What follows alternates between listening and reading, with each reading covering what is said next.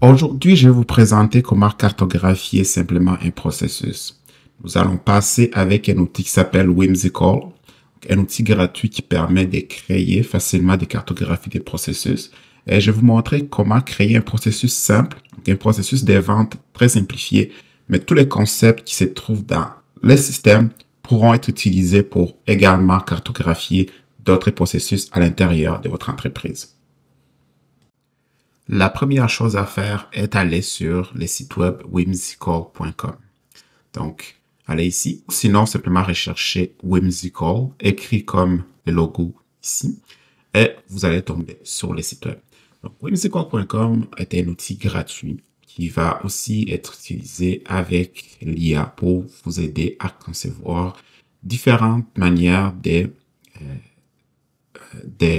cartographier vos processus, mais également d'afficher et également là, de créer différents types de chartes, des mind maps, des documents également à l'intérieur.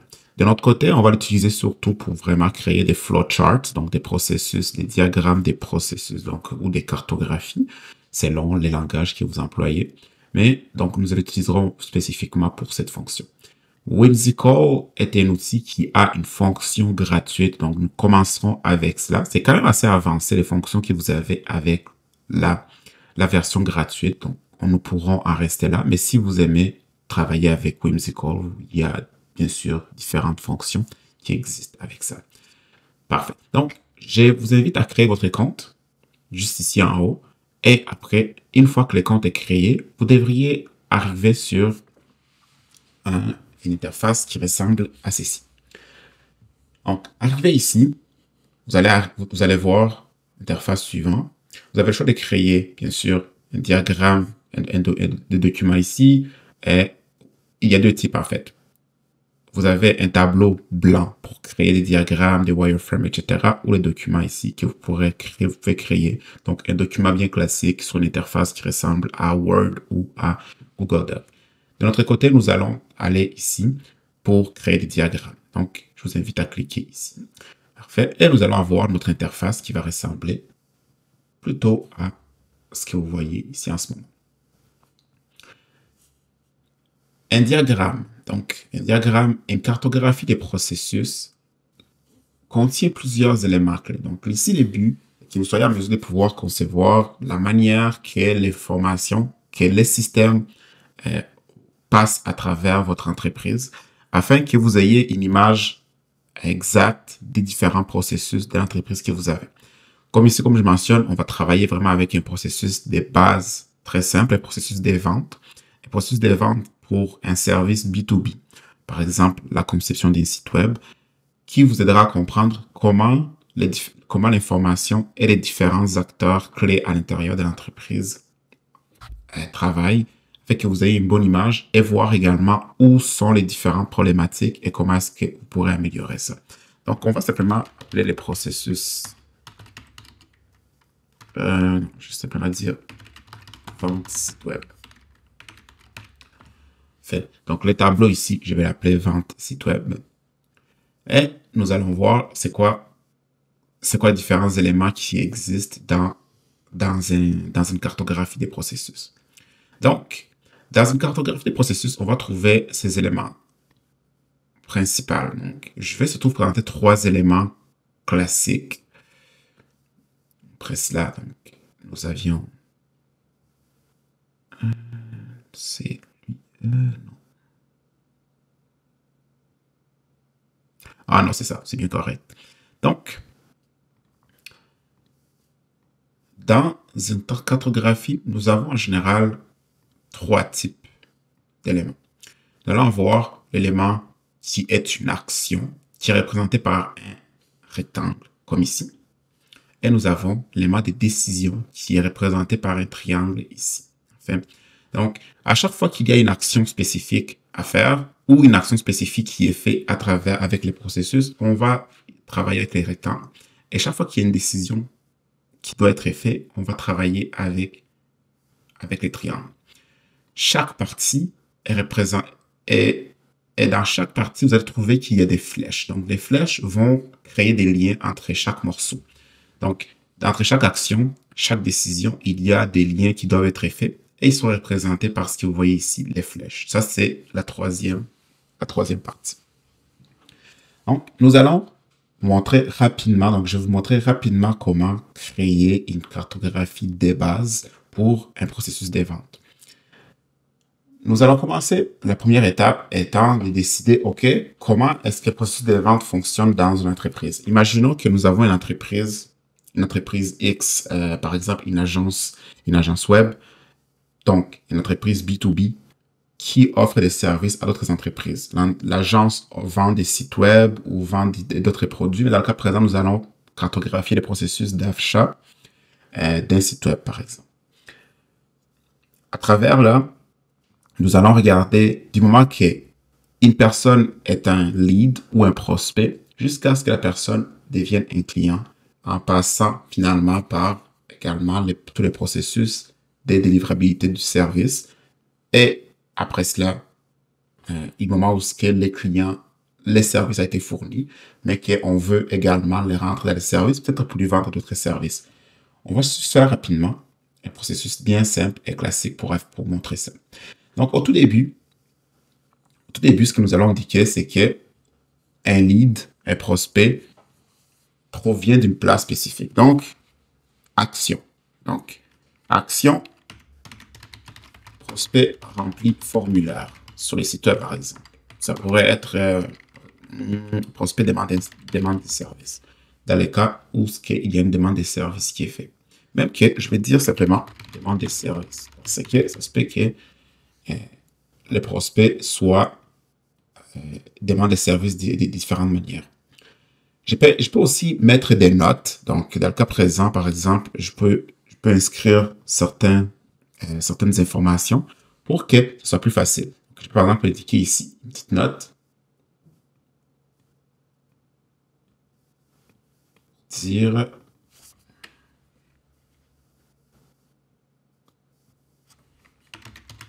origine du prospect. Google Ads, par exemple, Facebook Ads,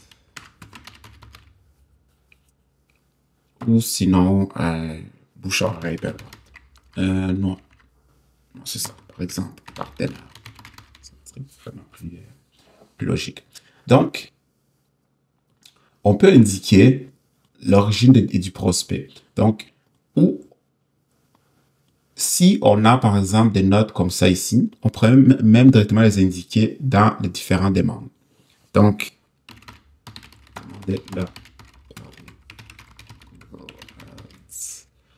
et ce que je vais faire, c'est que je vais copier ça ici et je vais inscrire demande de la part de Facebook Ads.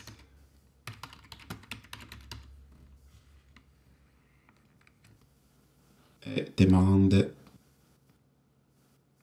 de la part des partenaires. Donc, assumant que votre prospect provienne d'une de ces trois sources, on peut après ça dire, OK, parfait. Donc, une fois que le prospect est arrivé d'une de ces trois sources, c'est quoi la prochaine étape du prospect en question? Là, le prospect, l'information va rentrer dans le CRM. Donc, il y a par exemple l'information qui va rentrer. Donc, ce que je peux faire, c'est qu'on peut créer un autre.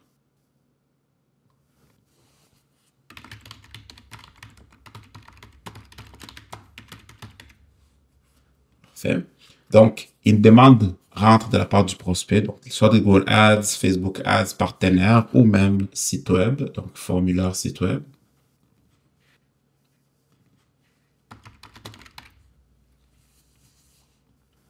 Parfait. Et on va simplement dire, OK, une fois que cette demande est arrivée, nous allons maintenant la rentrer dans le CRM. Parfait. Et ça va être le début et de créer des flèches qui vont amener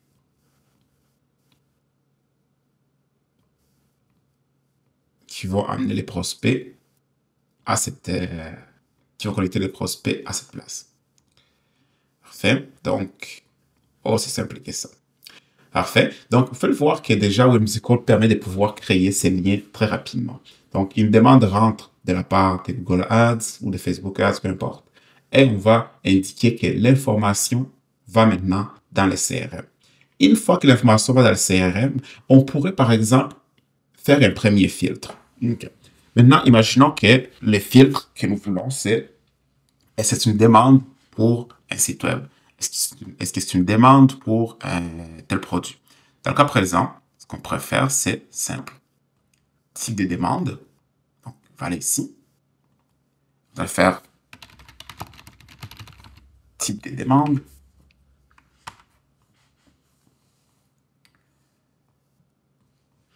Donc, si le type de demande est, imaginons, site web, on pourrait créer une partie pour le site web.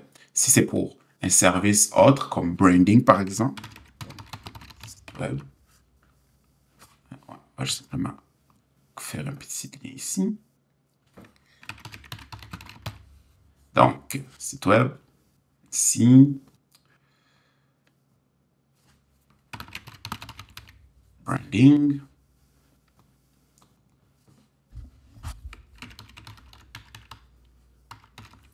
pour l'attribuer à un vendeur X. Donc, attribuer à un vendeur, par exemple, qui s'appelle Théophile. Et hop. Et si le type de demande est, par exemple, branding, ici, on pourrait l'attribuer à une autre personne. Okay. On va simplement faire une autre ligne. Et nous allons connecter ici. Parfait. Donc, nous allons connecter que le vendeur, pardon,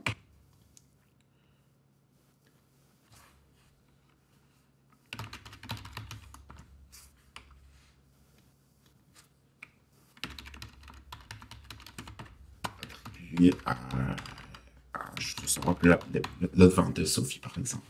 Parfait. Donc, maintenant, donc, on peut voir que les trois éléments clés d'une cartographie sont en place.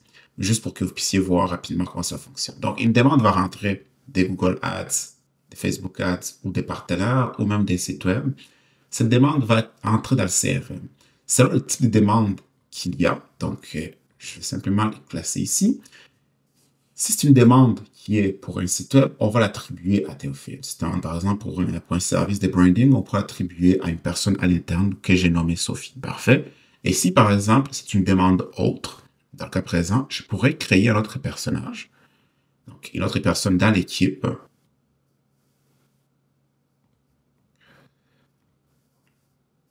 Et dans le cas où demande autre, on va l'attribuer à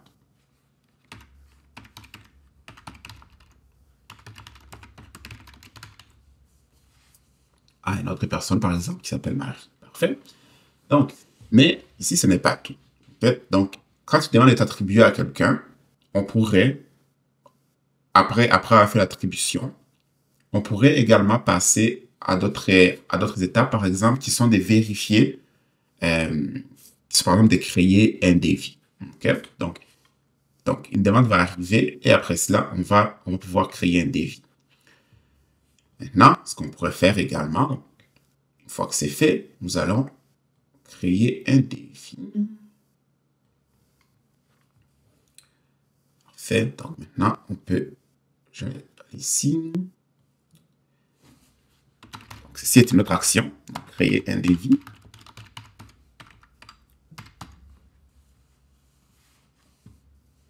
Parfait. Et on va amener toutes ces actions-là pour qu'ils puissent tous créer un devis. Parce que à la toute fin, créer un devis est une action qui est commune à ces trois éléments. Parfait. Donc, dans le présent, par exemple, Sophie, Marie ou Théophile vont devoir créer un devis pour cette demande qui rentre. Parfait. Donc, les trois éléments clés. Action. Après ça, on a la décision. Et ce qui lie les différents éléments entre vont être les différentes flèches qui indiquent comment les flux de ces différentes actions vont se passer. Parfait. Donc, une fois qu'un devis est créé, il peut avoir également un autre arbre décisionnel qui va simplement être est-ce que le devis a été accepté? Donc, Nous allons ici. Devis accepté.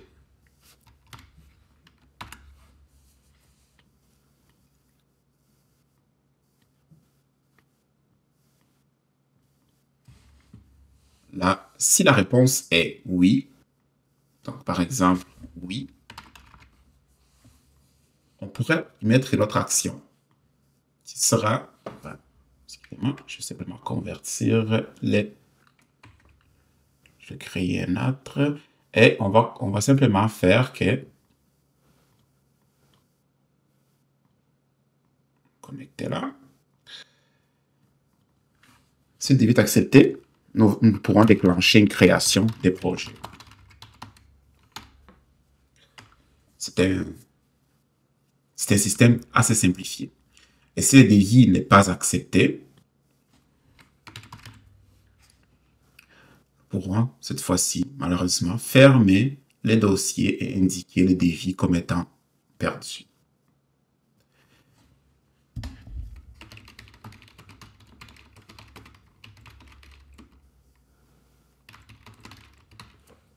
Parfait.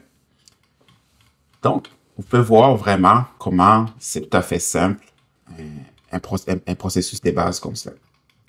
Et une fois que le devis est accepté, ça, il y a une création des projets, bien évidemment. On va pouvoir créer un onboarding du client. Nous pourrons ici, par exemple, onboarder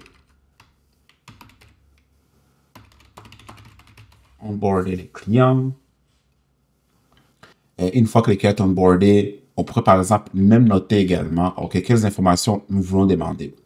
Donc, si par exemple, ici, vous voulez mettre des informations spécifiques, vous pourrez par exemple mettre une note, demander